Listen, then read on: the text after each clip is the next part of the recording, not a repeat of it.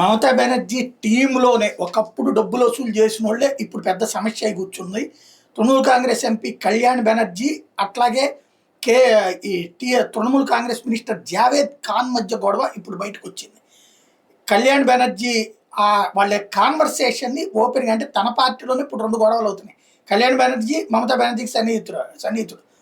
ఆ కళ్యాణ్ బెనర్జీని కూడా విసిగించి అక్కడ డబ్బులు వసూలు చేసినోడు జావేద్ ఖాన్. అతను నేరుగా మమతా బెనర్జీకి సన్నిహితుడు.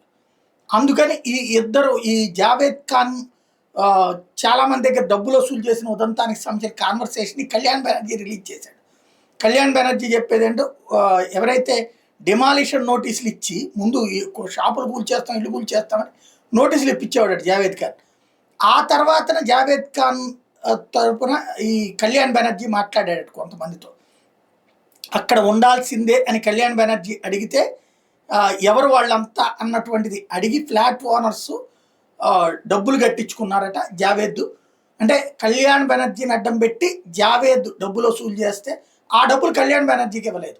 ఇప్పుడు కళ్యాణ్ బెనర్జీని జనం తిడుతుంటే అబ్బాయి నేను కాదు జావేద్ ఖాన్ చేసినట్టున్నా, నాకు సంబంధం లేదంటూ అదంతా రిలీజ్ చేసుకొచ్చినట్టుంటుంది. అంటే ఎవరికి చేతికొచ్చింది ఆడు దోచుకున్నాడు.